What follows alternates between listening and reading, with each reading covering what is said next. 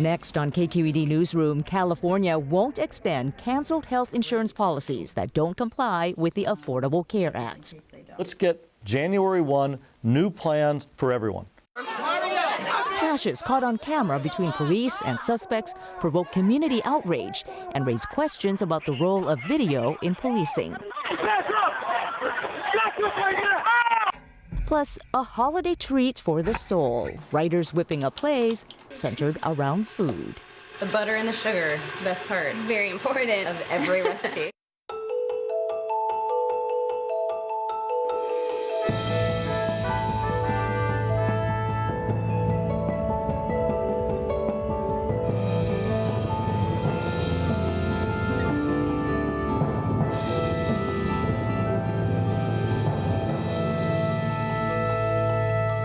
Good evening and welcome to KQED Newsroom. I'm Thuy Vu.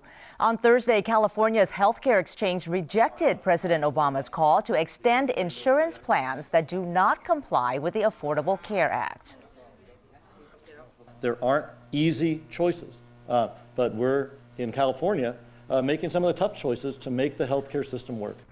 The move affects nearly 1 million Californians. The state's implementation of the Affordable Care Act has been relatively smooth compared to the national rollout. Scott Shafer talked earlier with Peter Lee, Executive Director of Covered California. Well, Peter Lee, welcome. Great to be with you, Scott. Well, the decision this week has left some people scratching their heads a little bit. Tell us about the decision and why we should care about it and who's affected by it.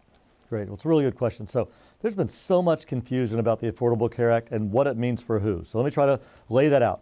If you have insurance through your job, you're in great shape, keep it. You got Medicare, you got great shape, keep it. If you don't have insurance or you've got insurance through the individual market, you need to pay attention. The world's changing in a big way. And for the uninsured, there's about 5 million Californians, 4 million of whom are going to get financial help to buy insurance they never had. The decision this week that people whose policies have been canceled, they will not have the opportunity to extend those policies. That was something that the president had suggested. Where does it leave those folks? Yeah, but what the president said is each state should do the right thing for their state. He didn't say necessarily extend. Look at what's going on in each state. In California, we've got a really well-functioning marketplace at Covered California. So people whose policies will be running out on 12/31 now will be able to shop through Covered California or on the individual market, and will be able to buy new plans either at their existing health insurance company or another one. And what our board decided yesterday was, rather than to continue confusion and continue in many cases health plans that don't provide great coverage, to say let's get January 1 new plans for everyone. But some folks will have to pay more, and in some cases for the same policy, or maybe even one that's not quite as good. Isn't that correct? That's absolutely right. So amongst all Californians, about 1% may have to pay more for similar policy. Now, if you're part of that 1%, it's a big deal. And that's why at Covered California, our board said, let's make sure we set up a hotline that's going to help consumers that are having that change have a place to call to figure out, is there another health plan that would be better for them, a better plan design that would be better for them?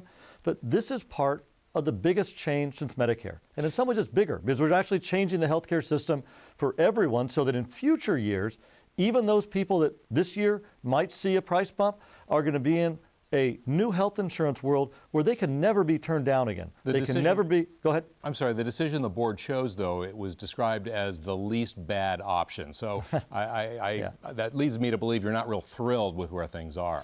Well, we're not real thrilled, but this is quite honestly an issue where the Affordable Care Act is a really good law to actually provide huge changes to the health insurance system. But for some people that make more than 400% of poverty, so if you're like a 60-year-old that makes $60,000, you don't get federal help to lower the cost of your health insurance. Health insurance can still be expensive. And I actually think this is one of the things Congress should look at, of how to improve the law to make sure everyone has health care that's affordable. And this is a piece where there weren't great options for us. But what we tried to do is have a plan that would help those Californians that are losing old policies get the best new policy for them. And let's take a look at the data. Of the people who have signed up, there was a lot of concern about whether enough young people, these so-called young invincibles, would sign up. What do the data tell us about that? Well, it's actually really good data. So here in California, you've heard a lot about nationally, websites not working, et cetera. coveredca.com is working great. We're actually signing up 10,000 people every single day. Some of them going into Medi-Cal, California's Medicaid program, many choosing private plans through Covered California. Those people, about 21% of them are between the ages of 18 and 34. These are young people. Those are the people that will, by being part of our insurance pool, will make sure that in 2015, the rates for everyone stay as low as possible. That's really good news. Another important demographic, Latinos. Something like 60% of the uninsured in California are Latino, and yet just, I think, 3% of those enrolled so far in Covered California are primarily Spanish-speaking. What does that tell you? Well, it tells us a couple things. Is that in the first month, this is data about month 1 of the 6-month open enrollment period, the enrollment was by phone and online. What the enrollment's going to be in the next month between now and actually not until now and December 23rd, because our board also extended the enrollment period for coverage to start January 1st until the 23rd of December, we're going to see a lot of enrollment in communities. We've got thousands of licensed insurance agents and what we call certified enrollment counselors, trained, certified individuals, and a bunch of them, 60% of the enrollment counselors, 13% of the licensed agents speak Spanish. We think enrollment of the Latino community, but also of the people that speak Mandarin, people that speak Korean, will be in communities across California. Fair to say that things are going much better in California than they are nationally. To what extent can California succeed if Obamacare nationally in some way fails or falls short? Well, California, I think, is actually doing a really good job. We're showing other states what it means when a state comes together to say, let's not play politics with our citizens. Let's enroll them. Let's get them covered in health care. I think there's 16 other states that are also state-based exchanges like us. New York, Washington, Connecticut. They're doing a good job too. But I think what we'll see in a year or two is the people who live in states like Texas and Florida saying, boy, I want what California has. Insured people getting good coverage that's affordable. But just really quickly, if the national website doesn't get fixed in a timely way, we're dependent on that, aren't we, even though we're doing absolutely well not. here? No. Be really clear. For people that need to enroll in coverage in California, we do not use the federal website at all. Instead, we actually do check up against the IRS, the federal hub, and that's been working great. So Covered California at coveredca.com, we do not use, link, or depend on healthcare.gov, a different website. We do, though, ping against the IRS, and this is an example where the federal government's actually working really well. 3 seconds, we confirm people's income against the IRS system, and that's working every day. All right, I'm sure people are happy to hear the IRS is working well. Peter Lee, Executive Director of Covered California, thanks so much. Great, Scott. Thanks for having me with you.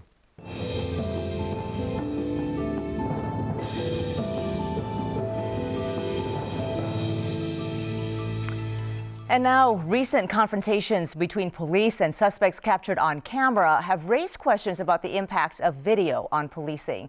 A warning, some of these images are graphic. This video was taken with a cell phone by an onlooker and has led to community outrage. It shows the arrest of DJ Williams for riding his bike on the sidewalk near a housing complex in San Francisco's Mission District. Several fights also broke out between officers and other residents at the complex. Demonstrators on Tuesday accused the police of brutality. The clash is one in a series of recent law enforcement incidents, sparking debate about police practices and relations with communities of color. Joining me now for analysis are Chuck Nevius, San Francisco Chronicle columnist, and Judge Ladores Cordell, the independent police auditor for San Jose. Before we begin the discussion, though, Frank Williams, DJ's stepfather, did an exclusive television interview with me and shared his reaction.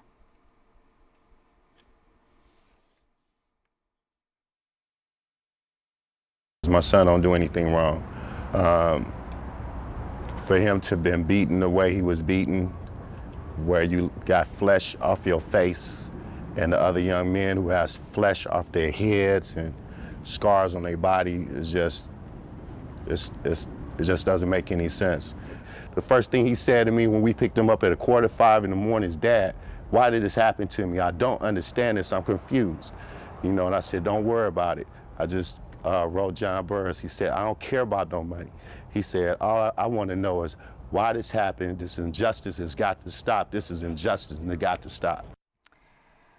Now, Chuck, I know you've been covering this story. Your reaction to Mr. Williams' statement? Well, I think it's a textbook example of why we need video cameras. Everybody's asking for answers here. Mr. Williams certainly is, but the stories vary wildly. I mean, the police story is that they reached for DJ Williams and he bit them. Now, if we had video of that, that might put things into context. But when you see someone leaving the scene with blood streaming down their face, the police look terrible.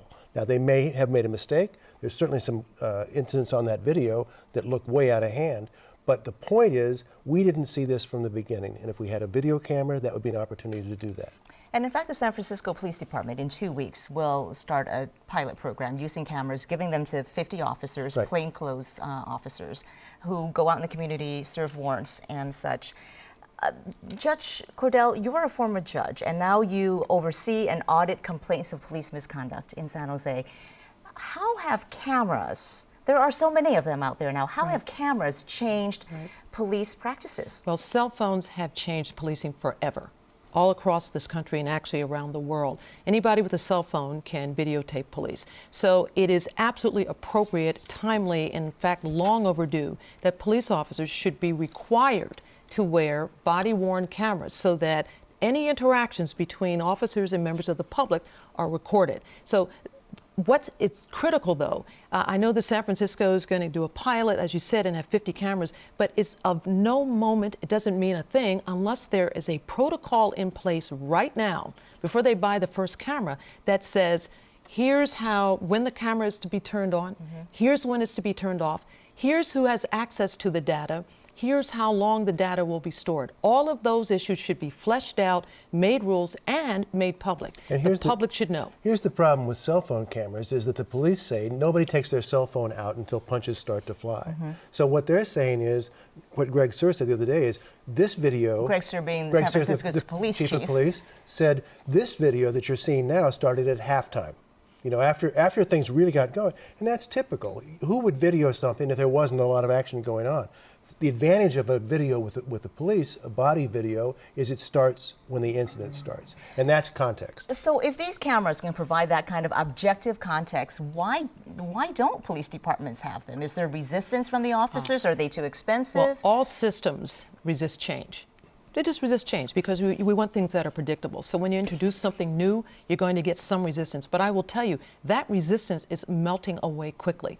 I think you would agree that there are police officers now, they're buying their own cameras because they want to have the protection that they afford them, and it also affords accountability as well. So I think young officers, older officers, everybody's saying, get me a camera. So I really think it's very, very important. And times have changed. It's really shifted. The irony is that 5 years ago, we were doing crime cameras in San Francisco. We spent $1 million to mount cameras in crime areas. And there was so many concerns about privacy that they reduced these cameras. They made them immobile. You couldn't look at them. They were virtually useless. And what's happened is technology has gone so fast past all those things.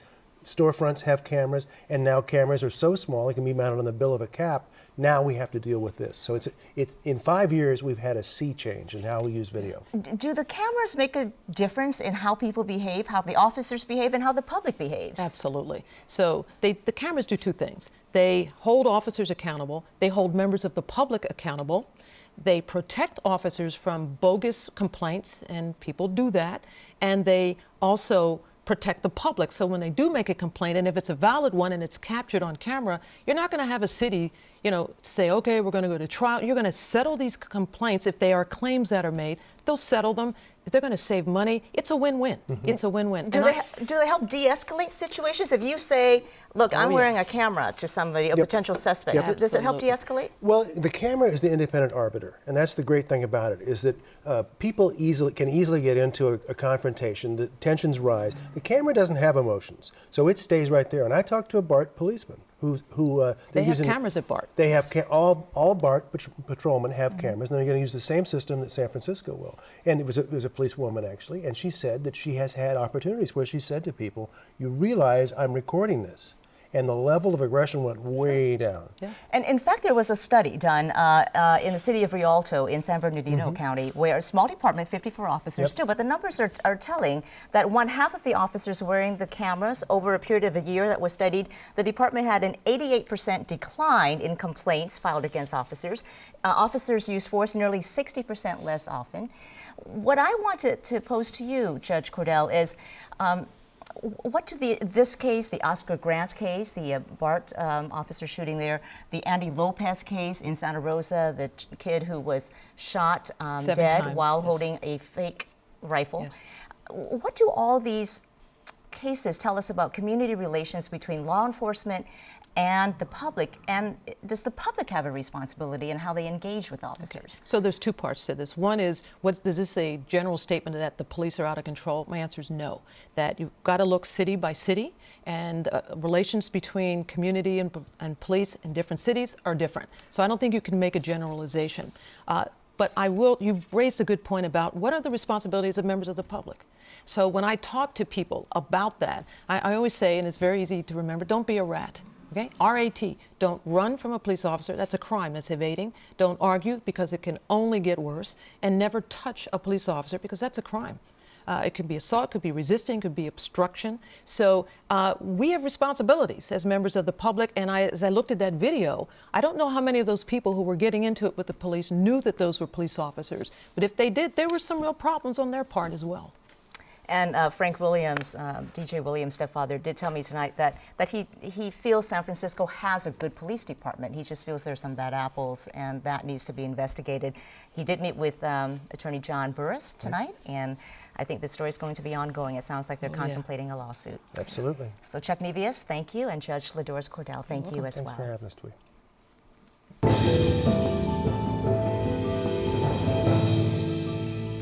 As Thanksgiving approaches, a Bay Area engine of arts innovation is tackling the topic of food from farm to stage. The Berkeley Repertory Theater has commissioned 18 playwrights from around the country to challenge our notions of what we eat and why. The recipe for an appealing play, it begins with research in the field. Octavio Solis's grandfather and generations before him were farmers, but he's never tilled soil nor harvested crops. He's a playwright from San Francisco, and he's come to a small farm today to do research. I wanted to write a story about a farmer who's in despair at the failure of his crop. I came to Soul Food Farms to interview one of its founders, Alexis KQED. I was intrigued with the struggles she's had over the last 15 years. Alexis KQED invested her life savings in these 54 acres to raise chickens in an environmentally friendly fashion. Soul Food Farm as a pasture chicken and egg business existed for 7 years. At any given time during our normal production, we would have 10,000 chickens on this farm. At the height of her operation, KQED supplied poultry and eggs to top Bay Area restaurants like Chez Panisse. But like many farmers, her family-run enterprise was vulnerable. I wanted to know why the chicken business part of your farm was shut down. Right. The big reason we shut our farm down was because of the drought in the Midwest. We were paying $14,000 to $15,000 a month in chicken feed. Grain prices were going to escalate. KQED's farm already commanded top prices at $8 for a dozen eggs and $25 to $30 for a whole chicken. I knew if I raised our prices anymore, we were going to lose a lot of customers. So without raising our prices, there was no way to cover those increased costs in feed. KQED had to give up her chicken business. She's now looking for another way to keep her farm afloat.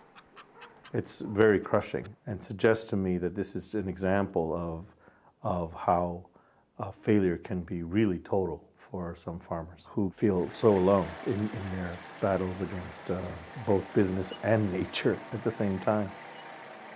I'm always intrigued with those stories of darkness and despair and distress. And it also taps into my own fears. Solis is one of 18 writers commissioned by the Berkeley Repertory Theater to explore the theme of food. On this day, they're holding a workshop. Artistic director Tony Tacconi envisions a series of short plays performed over several days. I mean, food is connected to memory, desire, what we love and hate about ourselves.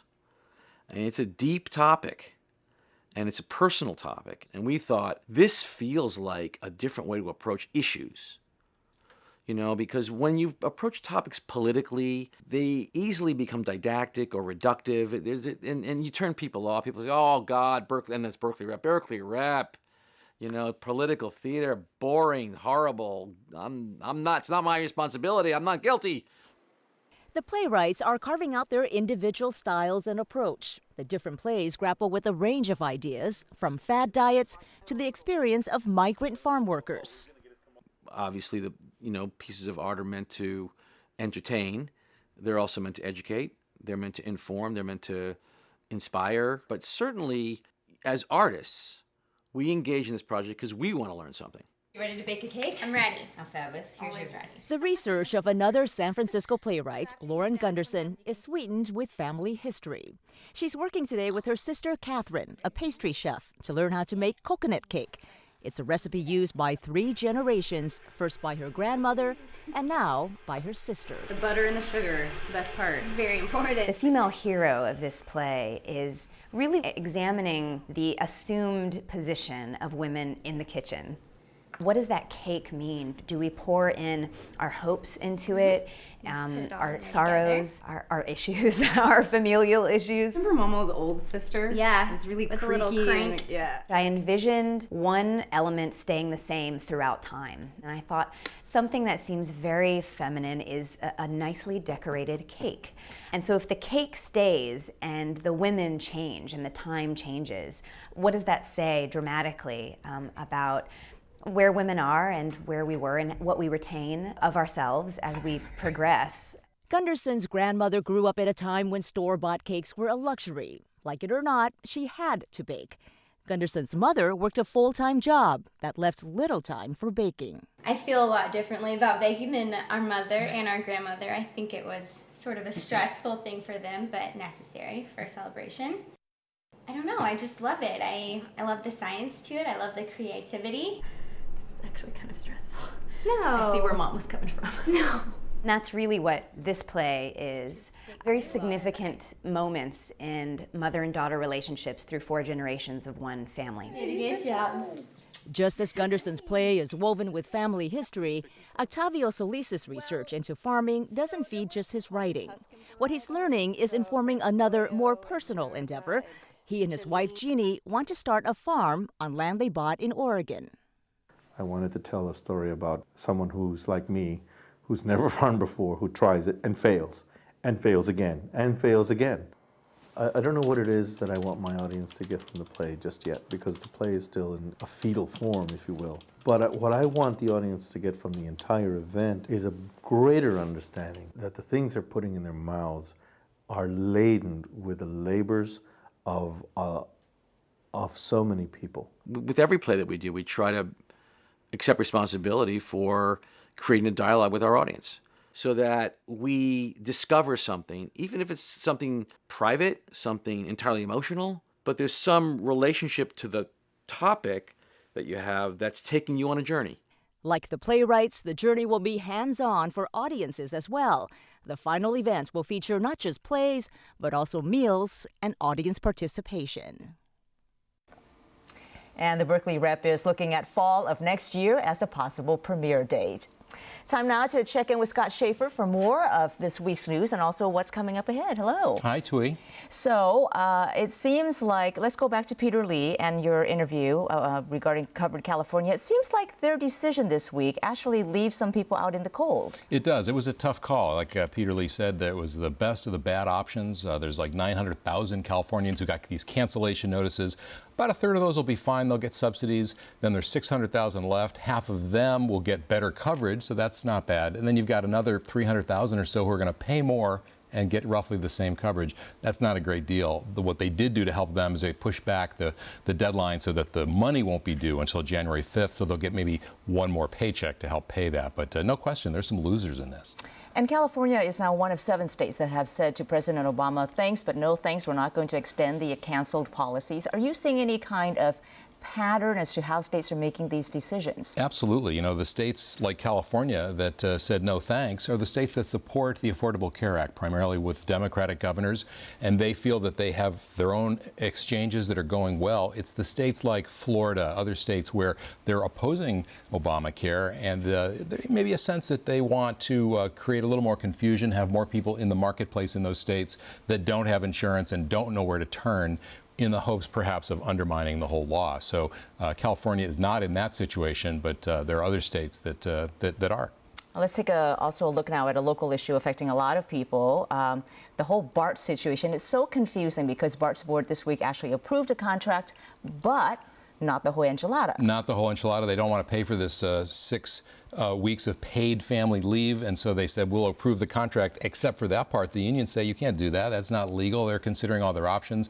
They may sue, but it's not a good situation. BART doesn't look good. Management doesn't look good. And I don't think anybody wants a strike, so I don't think we're going to see that. But how it's going to play out, we'll be following it, but no one knows. Something that does look good, the state budget, a surplus. A surplus of several $billions as far as the eye can see. We found out this week there'll be some pressure on the governor to spend more money, but he's being very cautious. He's saying, you know what, we have to, these are one-time funds for things like money from income tax on shares of like Facebook stock and Google stock. We don't want to spend that on ongoing things. We want to use it for one-time things like roads and buildings. And so we'll see. Governor Davis before him got a lot of pressure during the dot-com boom to spend all this money, and it didn't work out so well for him. And I think Jerry Brown is going to really try to avoid that. And so far, the legislature seems to be agreeing. Okay, and President Obama in town next week. He'll be in town next week. He'll be in Chinatown. He's here to raise money, but he'll be in Chinatown talking about immigration reform, and we'll be following that as well. All right, lots to cover. Thanks so much, Scott. You bet. And for all of KQED's news coverage, please go to kqednews.org. And you can send your comments and story ideas to KQED Newsroom at kqed.org.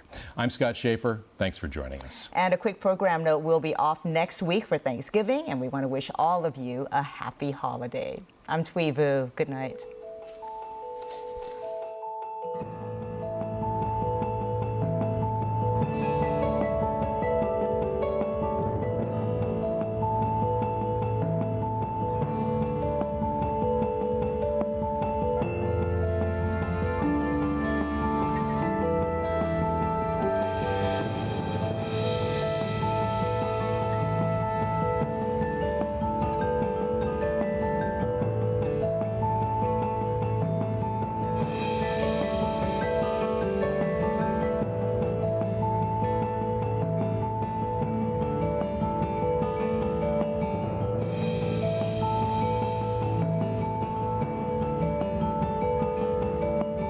Major funding for arts programming on KQED Newsroom is provided by Diane B. Wilsey.